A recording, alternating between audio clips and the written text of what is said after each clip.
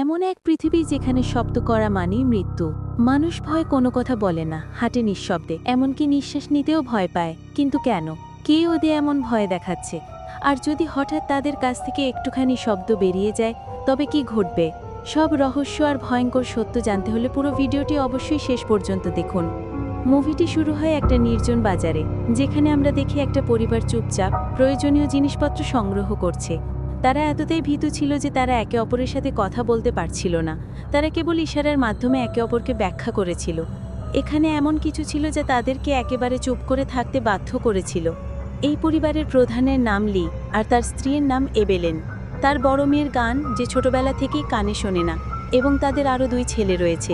একজনের নাম মার্কাস আর আরেকজনের নাম বো। বো বয়সে অনেক ছোট, তাই সে অনেক কিছুই বুঝতে পারে না। সে উপরের আলমারিতে একটা খেলনা রকেট দেখতে পায়। রকেট তুলতে যাওয়ার সাথে সাথে রকেটটি তার হাত থেকে পিছলে পড়ে যায়। এটি দেখে সবার নিঃশ্বাস গলায় আটকে যায়। কিন্তু শেষ মুহূর্তে রিগান দ্রুত খেলনা রকেটটি ধরে ফেলে, আর তারা সবাই যেন তাদের জীবন ফিরে পায়। ইশারার মাধ্যমে সবাইকে বুঝিয়ে দেয় যে সন্ধ্যা হতে চলেছে, আমাদের যত তাড়াতাড়ি সম্ভব বাড়িতে ফিরে যেতে হবে, অন্যথায় আমরা বিপদে পড়তে পারি। তারপর তাদের 4 বছরের ছেলে আবারও একই খেলনা রকেট নিয়ে আসে। এটি দেখার পর সবাই আতঙ্কিত হয়ে যায়, কারণ এই রকেটটি ব্যাটারি চালিত ছিল, যা চালু করার সাথে সাথে শব্দ হতে পারত। লি তার ছেলের হাত থেকে রকেট টেনে ব্যাটারিটি সরিয়ে টেবিলের উপরে রাখে। এরপর সবাই বাড়ির দিকে রওনা হতে শুরু করে। কিন্তু সেবার বো সেই রকেটটি তার সাথে নেওয়ার জন্য জোর করছিল, তাই রিগান গোপনে তাকে ব্যাটারিবিহীন রকেটটি দেয়। আর সেও দোকান থেকে বেরিয়ে যায়। কিন্তু তারপর শিশুটি রকেটের ব্যাটারিও তুলে নেয়। এরপর তারা 4 জনের লাইন ধরে বাড়ির দিকে এগিয়ে যেতে শুরু করে। তারপর আমরা দেখতে পাই আলোয় জ্বলজ্বল করে এই শহরটি একসময় যানবাহনের শব্দ এবং মানুষের ভিড়ে ভরে যেত। কিন্তু আজ এই শহরটি সম্পূর্ণ নির্জন এবং নীরবতায় ডুবে রয়েছে। এখানে কেবল মানুষের শব্দ নয়, পাখির শব্দ শোনা যাচ্ছে না। চারিদিকে এক ভয়াবহ নীরবতা।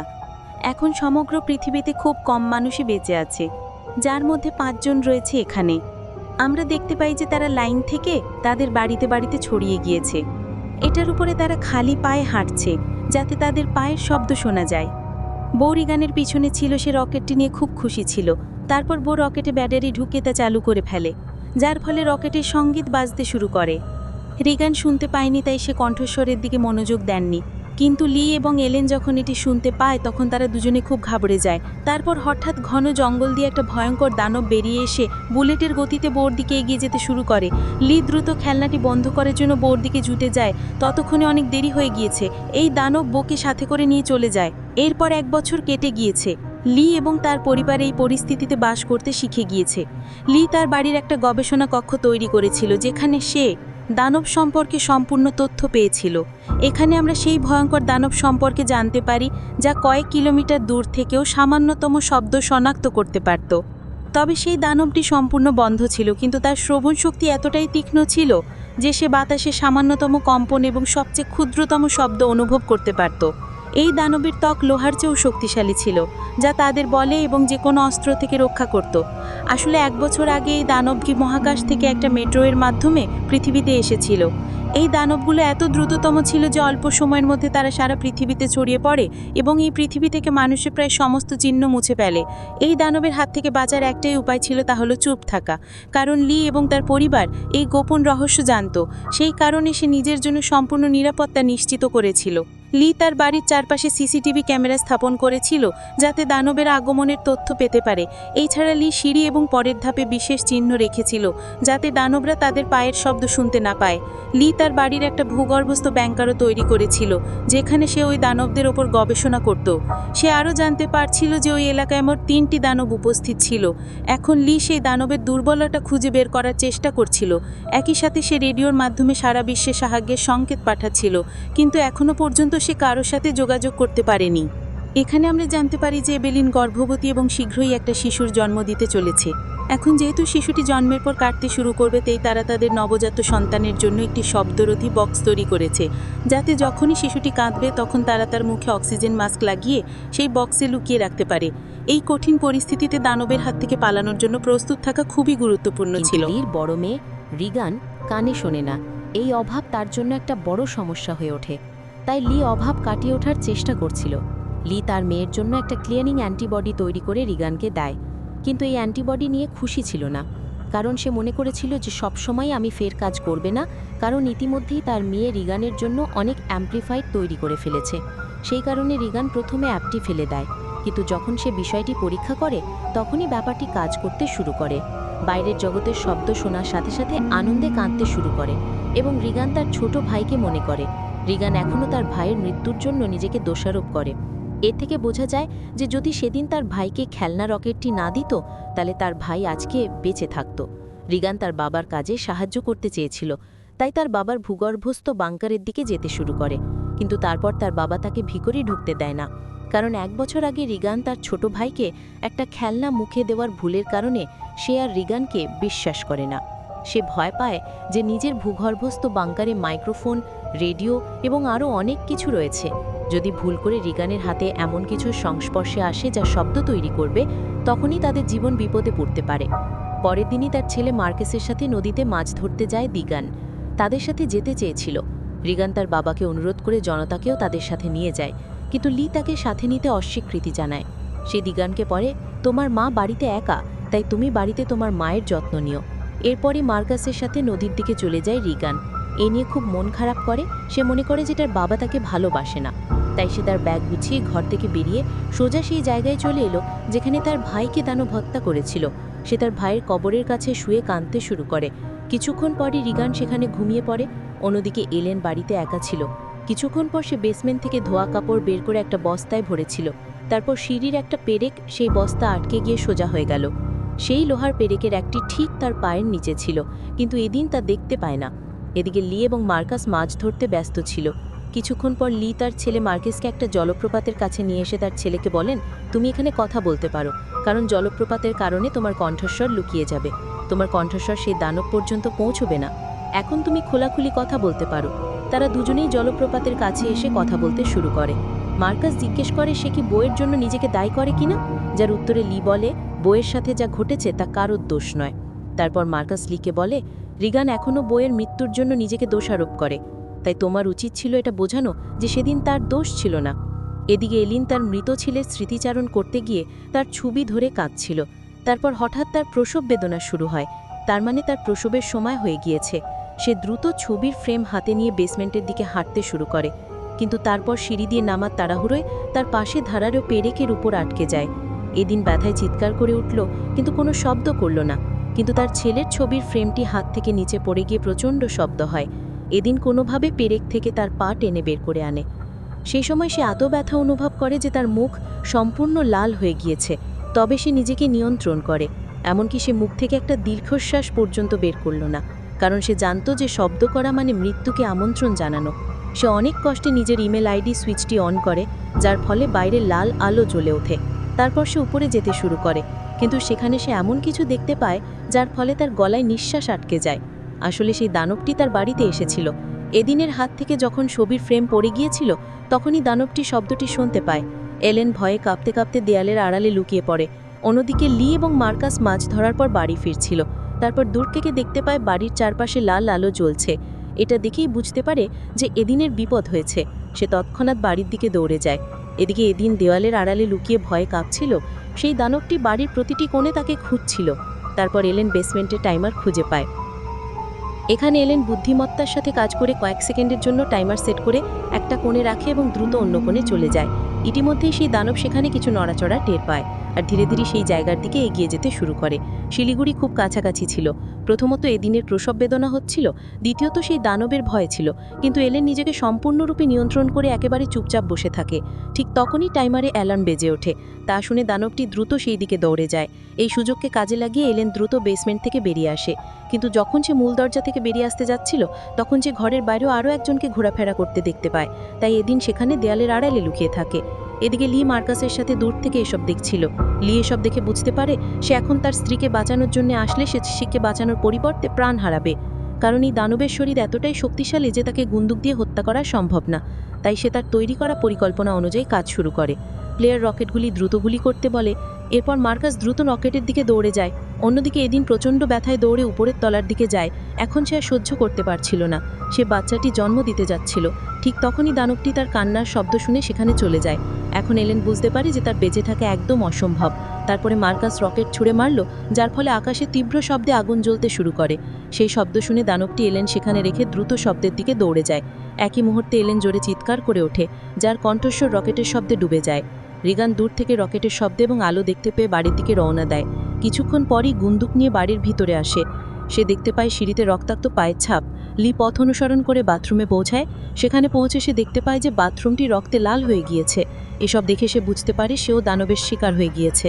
সেখানে বসে কান্না করছে, কিন্তু তখনই কেউ একজন ঝর্ণাঘরের কাছে হাত রাখল। সেটা অন্য কেউ নয়, এদিন। এই কঠিন পরিস্থিতিতেও এলেন নিজেকে সামলে নিয়ে একটা পুত্র সন্তানের জন্ম দিলেন। লিকে জীবিত পেয়ে অবাক হয়ে যায়। এখন শিশুর কান্নার শব্দ শোনার আগেই লি তৎক্ষণাৎ এলেন এবং শিশুটিকে তুলে বেসমেন্টের ভূগর্ভস্থ ঘরে নিয়ে যায়, যেখানে শিশুর জন্য একটা শব্দরোধী বক্স তৈরি করেছিল। কিন্তু বেসমেন্টে প্রবেশের আগে শিশুটি কাঁদতে শুরু করে। কান্নার শব্দ শুনে দৈত্যটি দ্রুত তাদের দিকে এগিয়ে আসতে থাকে। ফলে দ্রুত ভূগর্ভস্থ ঘরে প্রবেশ করে আর একটা মোটা গদ্দি দিয়ে দরজা ঢেকে দেয়। নি তখন আর শিশুটির মুখে অক্সিজেন মাস্ক লাগিয়ে তাকে একটা বক্স বন্ধ করে দেয়, যা তার কান্না থামায়। তারপর দুজনে স্বস্তির নিঃশ্বাস ফেলে। এখানে লি তার স্ত্রী এলিনকে বলে, আমি প্রাণীদের দুর্বলতা জেনেছি। এখন শীঘ্রই তাদের জন্য এমন কিছু যন্ত্র প্রস্তুত করতে যাচ্ছি যার সাহায্যেই প্রাণীগুলো আমাদের ক্ষতি করতে পারবে না। এর মধ্যে রিগাল বাড়ি ফিরছিল। তখন সে মাঠের মাঝখানে একটা আলো জ্বলতে দেখতে পায়। রিগান দ্রুত সেই আলোর দিকে এগিয়ে যেতে শুরু করে, কিন্তু সে বুঝতে পারে না যে একটা দানব তাকে অনুসরণ করে তার পিছনে পিছনে আসছে। দানবটি যখন বৃদ্ধাকে হত্যা করতে যাবে, ঠিক তখনই রিগানের শ্রবণ যন্ত্র থেকে তীব্র এবং উচ্চ ফ্রিকোয়েন্সি বের হতে শুরু করে। এই তীক্ষ্ণ শব্দের কারণে সেই দানবটি ব্যথায় কাঁদতে শুরু করে, যেন সেই শব্দটি সেই দানবের কারের ভিতরে সূচের মতো খোঁচা দিচ্ছিল। এই দানবটি বেশিক্ষণ শব্দ সহ্য করতে পারে না, তাই দ্রুত সেখান থেকে পালিয়ে যায়। এই শব্দ রিগানের কোনো জ্বালা করছিল, কিন্তু সেই দানবটি সেখান থেকে পালিয়ে যাওয়ার সাথে সাথে রিগানের কানের ব্যথা বন্ধ হয়ে যায়। কিন্তু রিগান বুঝতে পারে না কেন তার শ্রবণ যন্ত্র এমন করল। সে এতে বিশেষ কোনো মনোযোগ না দিয়ে আলোর কাছে পৌঁছায়। তারপর সে বুঝতে পারে যে আলোটি একটা টর্চ থেকে এসেছে। রিগান টর্চ তুলতে যাওয়ার সাথে সাথে হঠাৎ কেউ তার হাত ধরে ফেলে। সেটা অন্য কেউ ছিল না, সেটা ছিল মার্কাস। সেখানে লুকিয়ে ভয়ে কাঁপছিল। মার্কাস রিগানকে বলে, আমি তোমাকে ঝোপের আড়ালে লুকিয়ে থাকতে দেখেছি। সেই দানব তো তোমার পিছনে পিছনে আসছিল, কিন্তু আমি কিছুই বুঝতে পারছিলাম না কেন সেই দৈত্য তোমার কাছে আসার সাথে সাথে হঠাৎ পালিয়ে গেল। এই কথা শুনে রিগান খুব ভয় পেয়ে যায়, কারণ সে জানতো না যে দৈত্যটি তার পিছনে আসছিল। অন্যদিকে এলিন তার সন্তানদের নিয়ে চিন্তিত হয়ে পড়ে। সে তার স্ত্রীকে বলে, আমি খুবই ভয় পাচ্ছি। সেই দৈত্যই হয়তো আমার সন্তানদের খেয়ে ফেলবে। আমি দ্রুত আমার সন্তানদের খুঁজে বের করো। এই কারণেই তার স্ত্রী ও সন্তানকে ঘুম পাড়িয়ে ভূগর্ভস্থ ঘর থেকে বেরিয়ে যায়। প্রথমে সেখানে দানবটিকে খুঁজতে শুরু করে, কিন্তু এখন সেই দানবটি সেখান থেকে চলে গিয়েছিল। দানবটি যাওয়ার আগে পুরো ঘর ধ্বংস করে দিয়েছিল, যার কারণে সেখানে থাকা একটা জলের পাইপ ভেঙে যায়, যার ফলে জল সরাসরি ভূগর্ভস্থ ঘরে চলে যাচ্ছিল। কিন্তু লিয়েতে কোনো মনোযোগ না দিয়ে শিশুদের খুঁজতে মাঠের দিকে রওনা দেয়। মার্কাস এবং রিগান শস্য সংরক্ষণের ট্যাঙ্কের উপরে লুকিয়ে আছে। তারা সেখানে আগুন ধরিয়ে দেয়, যাতে তাদের বাবা আগুন দেখে সেখানে আসে। লিও তার বাচ্চাদের এখানে সেখানে খুঁজতে শুরু করে। এদিকে জলের শব্দে এভেলেনের চোখ খুলে যায়। সে দেখতে পায় যে পুরো বেসমেন্ট জলে ভরে গিয়েছে, তার মতো উপর থেকে জলের ধারা নেমে আসছে। তখনই এভেলেনের চোখ যায় তার সন্তানের বক্সের উপরে। সেই বক্সটা খোলা ছিল, কিন্তু সেখান থেকে শিশুর সামান্যতম শব্দও ভেসে আসছিল না। এভেলেন বক্সের দিকে যাওয়ার সাথে সাথে সে বক্সের কাছে তার সামনে একটা দানবকে দেখতে পায়। এভেলেন তাকে দেখে অত্যন্ত ভয় পেয়ে যায়। এভেলেন ভাবলো হয়তো দৈত্যটা বাচ্চাটিকে খেয়ে ফেলেছে, কারণ এলেন বক্সই দেখতে পাচ্ছিল না। বক্স তার থেকে বেশ দূরে ছিল, সেজন্য সে দেখতে পেল না তার বাচ্চা এখনো বেঁচে আছে কিনা, নাকি দৈত্য তাকে খেয়ে ফেলেছে। তাই সে ধীরে ধীরে বক্সের দিকে এগিয়ে যেতে থাকে। তারপর সে দানবটি জলে ডুবে যায়। এভেলেন যখন বক্সের কাছে যায়, তখন সে দেখতে পায় তার বাচ্চাটি নিরাপদে আছে। ভাগ্যক্রমে শিশুটি কোনো শব্দ করেনি, যার কারণে তার জীবন রক্ষা পেয়েছে। সে তার বাচ্চাটিকে নিয়ে এক কোণে চুপচাপ দাঁড়িয়ে রইল। কিন্তু সেই দানবটি নিজের কাছে মৃত্যুর মতো ভূত ছিল। যদি বাচ্চাটির মুখ থেকে সামান্যতম কান্নার শব্দ বের হতো, তার মৃত্যু নিশ্চিত ছিল। অন্যদিকে রিগান এবং মার্কাস তাদের বাবার জন্য অপেক্ষা করতে করতে ক্লান্ত হয়ে পড়ে। রিগানের মনে হচ্ছিল যে তার বাবা তাদের উদ্ধার করতে আসবে না, তাই সে একা বাড়ি যেতে চেয়েছিল। কিন্তু মার্কাসে তার বাবার ওপর বিশ্বাস ছিল। তার বোনকে চলে যেতে দেখে মার্কাস তাকে থামানোর চেষ্টা করে, কিন্তু যখন সে তার বোনকে থামাতে এগিয়ে যায়, তখন তার পা পিছলে ট্যাঙ্কের ভেতরে পড়ে যায়। পেটে সবসময় মার্কাসের মুখ থেকে একটি বিকট শব্দ বেরিয়ে আসে। এই শব্দ শুনে যে দানবটি ঘরে খুঁজছিল, সেই দানবটি তৎক্ষণাৎ সেই আওয়াজের দিকে দৌড়ে আসতে শুরু করে। এর ফলে এভেলিন বেঁচে যায়। কিন্তু এখন মার্কাসের জীবন বিপন্ন। শস্য ভর্তি সেই ট্যাঙ্কটি জলাভূমি সুনামির মতো ছিল। সে যত বেশি বেরিয়ে আসার চেষ্টা করছিল ততই তার মধ্যে ডুবে যাচ্ছিল। ঠিক তখনই রিগেন ব্যাংকের দরজা ভেঙে নিচে শস্যের মধ্যে ফেলে দেয় এবং সেও ট্যাঙ্কে ঝাঁপ দেয়। মার্কাস শস্যের মধ্যে ডুবে যাচ্ছিল। ঠিক তখনই রিগান তাকে টেনে বের করে আনে আর দুজনেই দরজার ওপারে বসে নিজেদের জীবন বাঁচায়। কিন্তু দানবটি তাদের দুজনের নড়াচড়াও শুনতে পেয়েছিল, তাই দানবটি দ্রুত মাঠের মধ্য দিয়ে ট্যাঙ্কের দিকে এগিয়ে যায়। লি দানবটিকে ট্যাঙ্কের দিকে দ্রুত যেতে দেখে সে বুঝতে পারে যে তার 2 সন্তান শস্যের ট্যাঙ্কের কাছে আছে। রিগান মার্কাসের জীবন বাঁচিয়েছিল, কিন্তু তাতে কোনো লাভ হলো না, কারণ এত হট্টগোলের পর মৃত্যুর ছায়া দ্রুত তাদের কাছে আসছিল। পরের মুহূর্তেই সেই দানবটি ট্যাঙ্কের ভিতরে ঝাঁপিয়ে পড়ে। যখন সে তাদের দুজনকে হত্যা করার জন্য এগিয়ে যায় তখন রিগানের শ্রবণ যন্ত্র থেকে আবার একটি তীব্র শব্দ আসতে শুরু করে। এই শব্দ সেই দানবের জন্য খুবই যন্ত্রণাদায়ক, তাই সে তাদের হত্যা না করে সেখান থেকে চলে যায়। রিগান এবং মার্কাস অল্পের জন্য মৃত্যু থেকে রক্ষা পেয়ে ট্যাঙ্ক থেকে বেরিয়ে আসে।